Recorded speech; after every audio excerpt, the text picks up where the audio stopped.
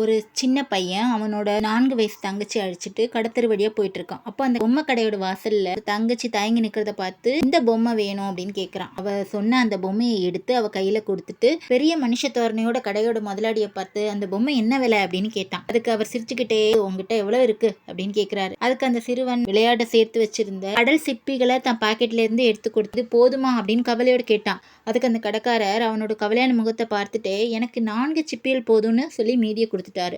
சிறுவன் மகிழ்ச்சியோட மீதியுள்ள சிப்பிகளோடும் தங்கையோடும் அந்த பொம்மையை எடுத்துக்கிட்டு போயிட்டான். அதையெல்லாம் கவனிச்சிட்டு இருந்த அந்த கடையோட வேலையால் முதலாளியிடம் ஐயா ஒன்னுக்கும் உதவாத சிப்பிகளை வாங்கிட்டு விலையுயர்ந்த பொம்மையை கொடுத்துட்டீங்களே அப்படின்னு கேட்கிறான். அதுக்கு அந்த முதலாளி அந்த சிறுவனுக்கு பணம் கொடுத்தால்தான் பொம்மை கிடைக்கும் என்று புரியாத வயது. அவனுக்கு அந்த சிப்பிகள் தான் உயர்ந்தவை. நாம் பணம் கேட்டால் அவன் எண்ணத்தில் பணம் தான் உயர்ந்தது அப்படிங்கிற மாற்றம் வந்துடும்.